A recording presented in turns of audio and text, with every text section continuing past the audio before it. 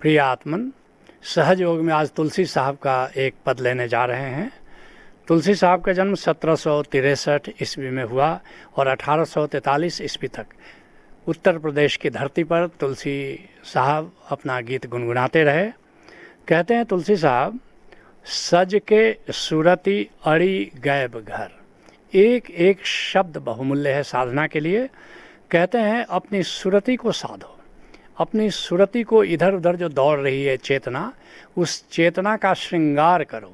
और चेतना का श्रृंगार भीतर जाने में है, बाहर जाने में चेतना का विकार है, भीतर जाने में चेतना का श्रृंगार है। तो कहते हैं कि अपनी चेतना को सजा लो, अपनी चेतना का श्रृंगार कर लो, अपनी चेतना को परिष्कृत कर लो। और कहाँ ले जाना है? सज के सुरति अड़ी गैब घर। उस रहस्यमय प्रभु के घर में ले जाओ। और उस रहस्यमय प्रभु का घर कहाँ है? वो भीतर है, वो निराकार में है, अंतर आकाश में है, वो भीतर के गगन मंडल में है। जब तुम कामिल मुर्शिद से जुड़ोगे या फिर ओशो धारा के कार्यक्रमों में आओगे तो उस रहस्यमय प्रभु के घर को जानोगे, जो कि निराकार में है, जो कि अंतर आकाश में है, जो भीतर के गगन मंडल में है। तो कहते हैं कि अपनी चेतना को, अपनी सुरति को निराकार में ले जाओ। और केवल ले नहीं जाओ, उस निराकार में अपना घर बना लो, वहीं टिक जाओ, वहाँ जाकर के विश्राम करो। गिरह हमारा शून्य में, अनहद में विश्राम। इस बात को दरिया साहब राजस्थान के हैं, उन्होंने बड़े प्यारे अंदाज में कहा है कि गिरह हमारा शून्य में और अनहद में विश्राम। वह जो शून्य आकाश है, वह जो निराकार है, वो भीतर का जो अंतर आकाश है, वहाँ चेतना को ले जाओ, वहीं प्रभु का घर है, वहीं प्रभु रहता है। जिस बात को कबीर साहब और भी प्यारे अंदाज में कह रहे हैं, कहते हैं मुरलिया के धुन सुन के हमसो रहा न जाए। एक बांसुरी बज रही है, कभी कृष्ण आए वृंदावन में, उन्होंने बांसुरी बजाई, लेकिन एक बांसुरी सदा बज रही है। वह निराकार के वृंदावन में वह बांसुरी सदा बजती है, जिसको संतों ने अनाहत नाद कहा है। कहते हैं कि मुरलिया की धुन सुन के हमसो रहा न जाए। वह हमें आवाज़ दे रही है, वो बांसुरी, वो हमें आह्वान कर रही है, वो हमें एक निरंतर पुकार कर रही है। गगन गरजे बिजुली चमके। जैसे बाहर के आकाश में मेघ गरजता है, बारिश होती है, बिजली चमकती है, ऐसे ही भीतर के आकाश में भी ये सारी घटनाएं हो रही हैं। गगन गरजे, वहाँ भी अनाहत नाद गरज रहा है। बिजुली चमके, वहाँ दिव्य प्रकाश जगमगा रहा है। और उठती हिये हिलोर, और उसको सुनकर, उसको देखकर हमारे हृदय में एक प्रीत की लहर पैदा हो रही है। बिगसत कमल मेघ बरसाने, और वहाँ एक सहस्त्रदल कमल खिला हुआ है। और कहते बिगसत कमल मेघ बरसाने, और जैसे कि एक बारिश हो रही है, आनंद की बारिश हो रही है, अमृत की बारिश हो रही है, राम रस की बारिश हो रही है, अचितवन प्रभु की ओर। और ऐसा मन करता है कि हमेशा प्रभु को निहारते रहें, देखते रहें। तारी लागी तहा मन पहुँचा, और वहाँ उसको देखते, निरखते, परखते बस ताड़ी लग जाती है, एक मस्ती छा जाती है, एक समाधि लग जाती है। और गैब ध्वजा फहराए, और वहाँ पर जैसे मंदिर के ऊपर ध्वजा फहराती रहती है, ऐसे ही वहाँ पर एक ध्वजा फहरा रही है। वह जो ज्योतिकण लहरा रहे हैं, उसी के लिए कह रहे हैं। और कहें कबीर आज प्राण हमारा जीवत ही मर जाए।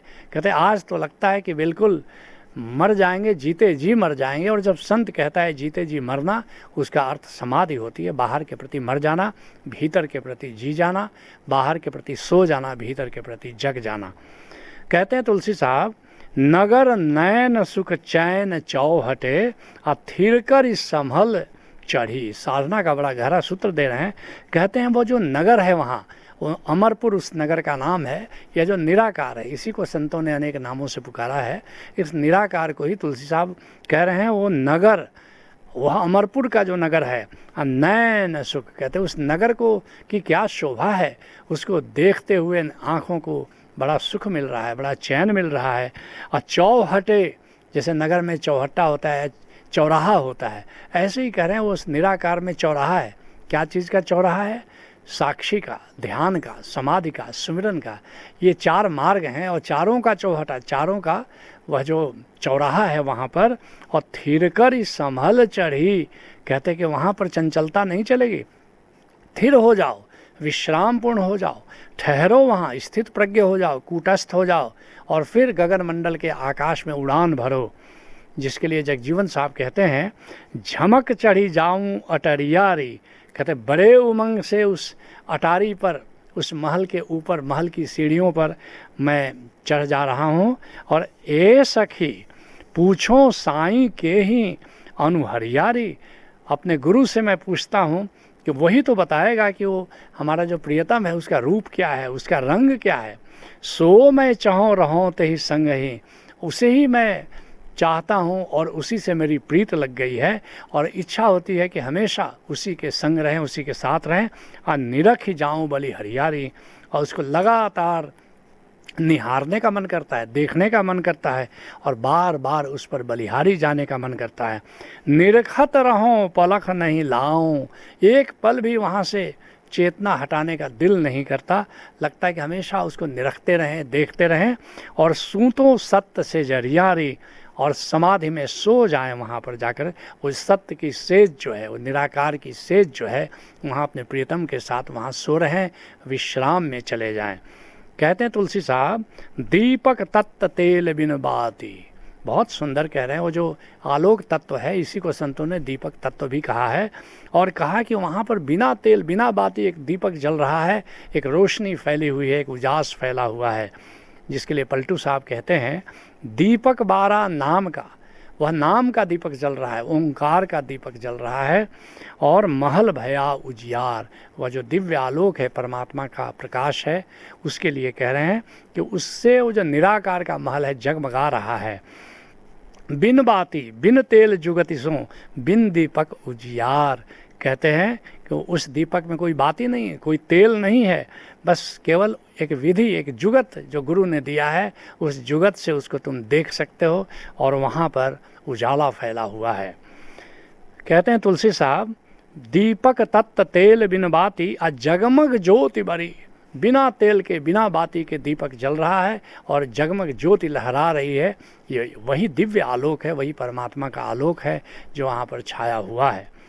इस बात को दरिया साहब राजस्थान के बड़े प्यारे अंदाज में कहते हैं कि दरिया सुमिरे राम को, उस ओंकार के कई नामों से पुकारा है संतों ने, नाम कहा है, राम कहा है, प्रणव कहा है, उद्गीत कहा है, बहुत सारे नामों से पुकारा है।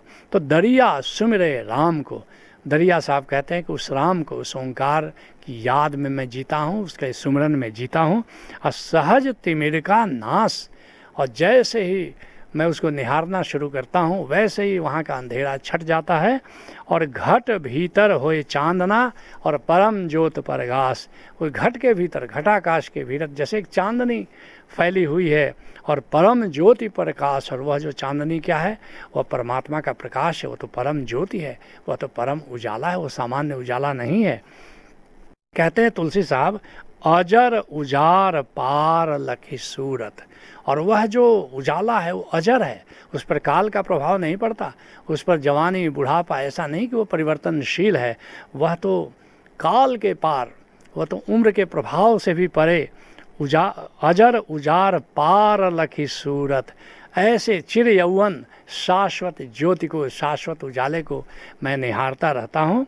जिसके लिए कबीर साहब कहते हैं, रस गगन गुफा में अजर झरे, और जो राम रस बरस रहा है उस गगन मंडल में और लगातार झर रहा है, और वो काल के पार, उस समय के पार, उस समयातीत, अजर का अर्थ हुआ समयातीत, वो झर रहा है। और बिन बाजा झनकार उठे जा, वहाँ कोई बाजा नहीं बज रहा है, बिना बाजा के ही एक ध्वनि उठ रही है, एक दिव्य ध्वनि उठ रही है, जिसे संतों ने अनाहतनाद कहा है। और समुझ परे जब ध्यान धरे, बस तो सभी के भीतर रही है, लेकिन जब उधर चेतना जाती है, जब ध्यान जाता है, तभी जा कर के उसको तुम सुन सकते हो। कहते हैं तुलसी साहब, अजर उजार पार लखी सूरत, जात न लगत घड़ी, कहते हैं कि ऐसा नहीं कि वहाँ जाने में देर लगती है, बस वहाँ ध्यान गया और तुम पहुँच गया वहाँ, वो मन की गति से भी ज़्यादा समझ लो, वो खींच लेता है अपनी ओर। जिसके लिए पलटू साहब कहते हैं, काल व्यापे नहीं अमर वह होएगा, आदि और अंत वो सदा जीवे रे। वो कालातीत है और संत जन अमर है उसी हरि नाम से। उसी हरि नाम का सिमरन करके संत भी अपने अमृत तत्व को जान करके अमर महसूस करता है अपने आप को। उसी हरि नाम पर चित्त देवे रे। इसलिए कहते हैं कि वह जो हरि नाम है, ओंकार है, उसी पर चेतना को ले जाना है। कहते हैं तुलसी साहब, पश्चिम द्वार हिये दृगहर की। संत पूरब की ओर मुख करके ध्यान करते हैं और इसीलिए वो कह रहे हैं कि पश्चिम द्वार जो भीतर है, जो पीछे की ओर जाता है, कहते हैं उस दशम द्वार को देख करके एक मज़ा आ गया, मन में हर्ष छा गया है। और जिसके लिए गुलाल साहब कहते हैं, आँखियाँ प्रभु दर्शन नित लूटी। हमारी आंखें निरंतर प्रभु का दर्शन कर रही हैं और उसका मज़ा ले रही हैं। और हों तू वह चरण कमल में जूटी। मैं तो प्रभु के चरण कमलों के दीदार में मस्त हो गया हूँ। कहते हैं तुलसी साहब, घर की खबर पड़ी। कहते हैं कि पश्चिम द्वार हिये दृगहर की, और घर की खबर पड़ी और उस दशम द्वार के अंदर जा कर के अपने घर में जैसे आ गया हूँ, अपने घर की सुधि आ गई है। जिसके लिए सहजो कह रही है, सहजो गुरु दीपक दियो देखो आत्म रूप। गुरु ने ऐसी दिव्य दृष्टि दी है, अब आत्म स्वरूप में देख पा रही हूँ। और तिमिर गयो चांदन भयो, अंधेरा विदा हो गया है और चांदनी जैसा प्रकाश फैला हुआ है। और पायो परगट भूप, और वहाँ सारी सृष्टि का राजा वहाँ विद्यमान है और उसको मैंने पा लिया है। कहते हैं तुलसी साहब, तुलसी तोल अतोल अजर लखी। साधना के गहरे सूत्र दे रहे हैं। कहते हैं कि वह अतोल है, उसको तौला नहीं जा सकता, वो अपरिमेय है, उसको मापा नहीं जा सकता, लेकिन साक्षी होकर तुम उस अपरिमेय को भी माप सकते हो। इसको एक नए अंदाज में सुनो। 10वें दरवाजे के अंदर हरिसुंद महल में रहता है, शिवनेत्र ध्यान से दस्तक दो, फिर सुनो कि प्रभु क्या कहता है। उस 10वें द्वार के भीतर वो प्रभु का दीदार होता है, प्रभु का दर्शन होता है। कहते हैं तुलसी साहब, तुलसी तोल अतोल अजर लखी, असहजे जाई खड़ी। और फिर तो सहज ही निष्प्रयास ही तुम वहाँ पहुँच जाते हो और वहाँ ताड़ी लग जाती है, वहाँ समाधि लग जाती है। जिसके लिए मीरा कहती है, तुम पलक उघाड़ो दीनानाथ। कहती कि हे दीनानाथ, वो जो दशम दरवाज़ा है उसको कहती है कि तुम वो परमात्मा का दरवाज़ा है या परमात्मा की पलक है। और कहते हैं जरा उसको हटाओ तो सही, और हूँ हाजिर नाजिर कब की खड़ी, जरा देखो तो सही, खोलो तो अपनी पलक और निहारो तो मुझे, कब से मैं तुम्हारे दरवाजे पर खड़ी हूँ। तुम भी किसी कामिल मुर्शिद से जुड़ो, उससे उस दसम दरवाजे का रहस्य जानो और वहाँ पर जाकर के तुम भी खड़े हो जाओ और तुम्हारा भी परमात्मा से दीदार हो जाएगा, मिलन हो जाएगा।